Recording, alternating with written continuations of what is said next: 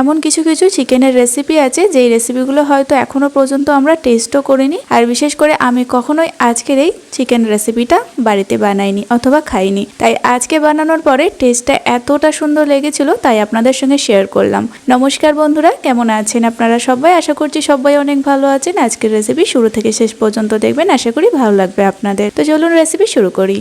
তো আজকের চিকেন রেসিপির নাম হলো চিকেন মাখমালি। প্রথমবার আপনাদের সঙ্গে বানিয়ে শেয়ার করছি। প্রথমে এখানে 1 চামচের মতো গোটা জিরেকে একটু ড্রাই রোস্ট করে নিতে হবে। এটা কিন্তু হয়ে গিয়েছে। এবার এটাকে নামিয়ে গুঁড়ো করে নেব। তারপরে সেই একই কড়াইয়ে দিয়ে দিলাম প্রায় একটু বেশি পরিমাণে বাটার আর 2-3 চামচের মতো সাদা তেল। পুরোটা বাটারও রান্না করে নিতে পারেন, আবার সাদা তেলও করতে পারেন, তবে বাটারটা দিলে বেশি ভালো হয়। এবার দেখুন যখন বাটার আর তেল ভালোভাবে মিশে গিয়ে গলে যাবে বাটারটা, তখন দিয়ে দিলাম এখানে লবঙ্গ আর এলাচ। এখানে কিন্তু দারচিনির ব্যবহার আমি করিনি। তারপরে একটু ফোড়নটাকে নাড়াচাড়া করে দিয়ে দিলাম দুটো বড় বড় সাইজের পেঁয়াজ বাটা। পেঁয়াজ বাটাটা একদম মিহি করে আমি পেস্ট করে নিয়েছিলাম। তারপরে পেঁয়াজটাকে কিছুক্ষণ একটু ভেজে নিলাম।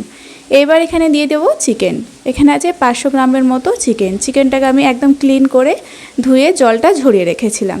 এইবার এই পেঁয়াজ বাটার সঙ্গে কিছুক্ষণ চিকেনটাকে মিশিয়ে তারপরে দিয়ে দিচ্ছি এখানে 2 চামচ আদা রসুন বাটা, 1 চামচের মতো চিলি ফ্লেক্স, আর দিয়ে দিচ্ছি এখানে 1/2 চামচের মতো গোলমরিচের গুঁড়ো। আর যে ভাজা জিরেটা ছিল সেটাকে এখানে আমি গুঁড়ো করে নিয়েছি একদম শুকনো করে, আর একটু দানা দানা ভাব করে সেটা দিয়ে দিলাম। সঙ্গে স্বাদ মতো লবণ দিয়ে দিলাম। এইবার সমস্ত কিছুক্ষণ একটু ভালোভাবে কষাতে হবে 1 থেকে 2 মিনিটের জন্য। 1-2 মিনিট কষাতে কষাতে দেখবেন বেশ তেলটা একটু একটু ছাড়তে শুরু করবে। তখন এখানে একটু ঢেকে দিতে হবে 2-3 মিনিটের জন্য। তো 3 মিনিটের মতো লো ফ্লেমে আমি ঢেকে রেখেছিলাম। এখন কিন্তু চিকেন থেকে তেলটা ছাড়তে শুরু করেছে আর মশলার কাঁচা গন্ধগুলো চলে গিয়েছে। এই পর্যায়ে দিয়ে দিতে হবে টক দই। 3 চামচ ফেটিয়ে রাখা টক দই দিয়ে দিলাম, আর তার সঙ্গে দিয়ে দিলাম এখানে স্বাদ মতো চিনি। এবার আবারও কিন্তু কিছুক্ষণ ভালোভাবে টক দইয়ের সঙ্গে রান্না করে নিতে হবে, যাতে টক দইটা ভালোভাবে মিশে গিয়ে তেলটা আবারও একটু ভালোভাবে ছেড়ে আসে, মানে ভালোভাবে কষানো হয়ে যায়। যখন ভালোভাবে কষানো হয়ে যাবে তখন কিন্তু লো ফ্লেমে চাপা দিয়ে দিয়ে চিকেন সেদ্ধ করে নিতে হবে। কোনো রকম জলের ব্যবহার এখনও পর্যন্ত করিনি। একদম লো ফ্লেম রেখে রেখে কিন্তু চিকেনটাকে প্রায় 80% মতো আমি সেদ্ধ করে নিচ্ছি, প্রায় 2-3 বার এইভাবে ঢেকে ঢেকে একদম লো ফ্লেমে। তো 2-3 বার হয়ে গেল, চিকেনটাকে চাপা দিয়ে দিয়ে একদম লো ফ্লেমে 80% মতো সেদ্ধ করে নিয়েছি। এবার এখানে দিয়ে দিতে হবে ফ্রেশ ক্রিম। এখানে আমি আমুলের ফ্রেশ ক্রিম নিয়েছি, 3 চামচের মতো ফ্রেশ ক্রিম দিয়ে দিলাম। ফ্রেশ ক্রিম দেওয়ার পরে খুব ভালোভাবে এখন চিকেনের সাথে মেশাতে হবে। তো ফ্রেশ ক্রিমটা দেওয়ার পরে জাস্ট এখানে একটু মিশিয়ে নিতে হবে, বেশিক্ষণ কষাতে হবে না। এইবার একদম লো ফ্লেম রেখে এদিকে রান্নাটা হতে থাকবে, আর অন্যদিকে আমি একটা কড়াইকে ভালোভাবে গরম করে নিলাম। তারপরে দিয়ে দিলাম আর একটু সামান্য বাটার, সঙ্গে একটুখানি গোটা জিরে, আর একটুখানি নাড়াচাড়া করে এর মধ্যে দিয়ে দেব ক্যাপসিকাম, টমেটো, আদা কুচি আর কাঁচা লঙ্কা কুচি। এগুলোকে ঠিক আমি এইভাবে কেটে নিয়েছি। তো তারপরে সমস্তটা আমি দিয়ে দিলাম, আর এখন একটুখানি হাই ফ্লেম রেখে 1 মিনিটের জন্য একটু নাড়াচাড়া করে ভেজে নিচ্ছি। একদম নরম করে ভাজতে হবে না, জাস্ট এখানে হাই ফ্লেম রেখে 1 মিনিট মতো আমি নাড়াচাড়া করে নিয়েছি। তারপরে একদম গরম গরম অবস্থাতেই দিয়ে দিচ্ছি এই চিকেনের ওপরে। তো এখানে দিয়ে দেওয়ার পরে এখন আমি দিয়ে দিচ্ছি একটুখানি কসুরি মেথি। পরিমাণ মতো কসুরি মেথিটা এখানে দিয়ে দিলাম। এবার খুব ভালোভাবে আর কি এখন মিশিয়ে নিতে হবে সমস্ত কিছু। কিছুক্ষণ মেশানোর পরে এবার আমি এখানে দিয়ে দেব দুধ। একদম ফোটানো গাঢ় দুধ আছে এখানে, মানে দুধটাকে ফুটিয়ে একটু ঘন করা আছে।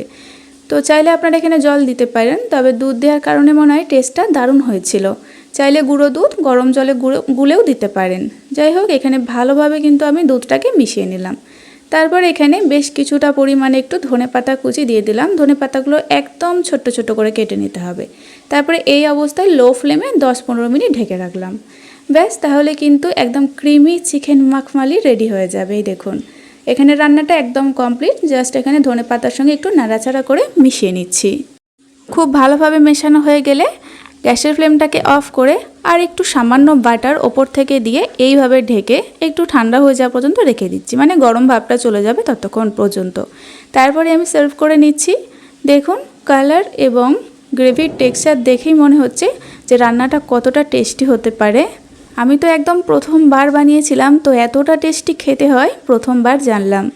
আর এভাবে কিন্তু আপনারাও বানিয়ে দেখুন।